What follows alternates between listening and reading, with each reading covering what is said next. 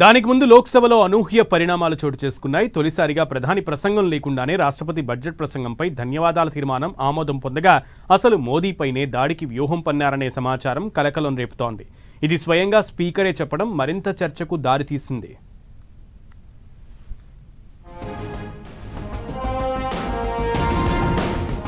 ప్రధానమంత్రి మోదీపై దాడికి ప్లాన్ చేశారా?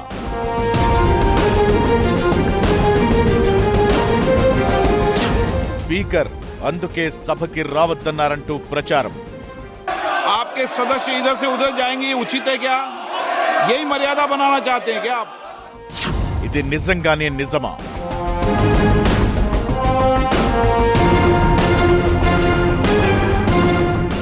లోక్సభ చరిత్రలోనే మొదటిసారిగా పాత పద్ధతికి భిన్నంగా రాష్ట్రపతి ప్రసంగానికి ధన్యవాద తీర్మానం ఆమోదం పొందింది. అది ప్రధానమంత్రి ప్రసంగం లేకుండానే ఈ ఆమోద ప్రక్రియ పూర్తయింది. దీనికి కారణం సభలో కాంగ్రెస్ పార్టీ మోదీని అడ్డుకోవడమే అని చెబుతుండగా స్పీకర్ ఓం బిర్లా చేసిన వ్యాఖ్యలు ఇంకా సంచలనం కలిగిస్తున్నాయి. బుధవారం ప్రధానమంత్రి మోదీ రాష్ట్రపతి ప్రసంగంపై ధన్యవాదాల తీర్మానాన్ని ముగించాల్సి ఉండగా సభలో ప్రతిపక్షాల ఆందోళనతో వాయిదా పడింది. గురువారమైనా ప్రసంగిస్తారనుకుంటే స్పీకరే విపక్ష మహిళా సభ్యులు ప్రధాని మోదీపై దాడికి పాల్పడవచ్చనే సమాచారం తనకి అందినట్లు చెప్పారు. అందుకే తాను మోదీని సభకి రావద్దని సూచించినట్లు చెప్పారు. मेरे पास पुख्ता ऐसी जानकारी आई कि कांग्रेस पार्टी के कई सदस्य माननीय प्रधानमंत्री जी के आसन पर पहुंचकर कोई भी अप्रत्याशित घटना कर सकते थे। ये दृश्य मैंने सदन में देखा भी सही। अगर ये घटना हो जाती तो ये अत्यंत अप्रिय दृश्य देश के लोकतांत्रिक परंपराओं को तार तार कर देता। इसको टालने के लिए मैंने माननीय प्रधानमंत्री से आग्रह किया कि उन्होंने सदन में नहीं आना चाहिए.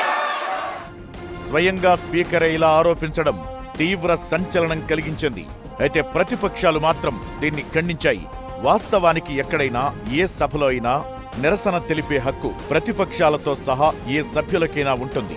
కానీ ఇలా ప్రధానమంత్రిపై దాడి చేస్తారని అనడం మాత్రం పెద్ద విషయంగానే చూడాలి. ఇప్పటిదాకా ప్రధానమంత్రులు స్పీకర్లపై కాగితాలు చించేయడం, ఇంకా తీవ్రమైన పరిస్థితుల్లో ఘెరావ్ చేయడం జరిగిందేమో గాని ఇలా భౌతిక దాడి ప్రస్తావన మాత్రం లేదు.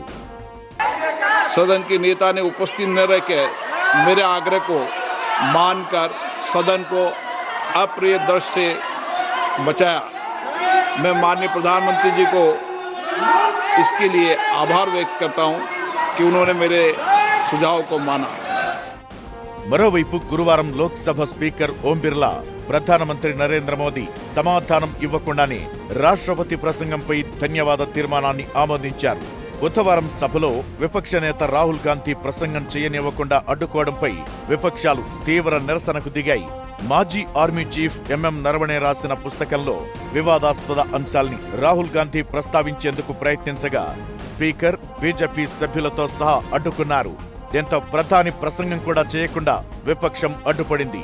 ఈ నేపథ్యంలో ఇక గురువారం కూడా సభ సాఫీగా నడిచే పరిస్థితి లేకపోవడంతోనే రాష్ట్రపతి ప్రసంగంపై ధన్యవాద తీర్మానం ప్రధాని ప్రసంగం లేకుండానే ఆమోదించినట్లు ప్రకటించారు.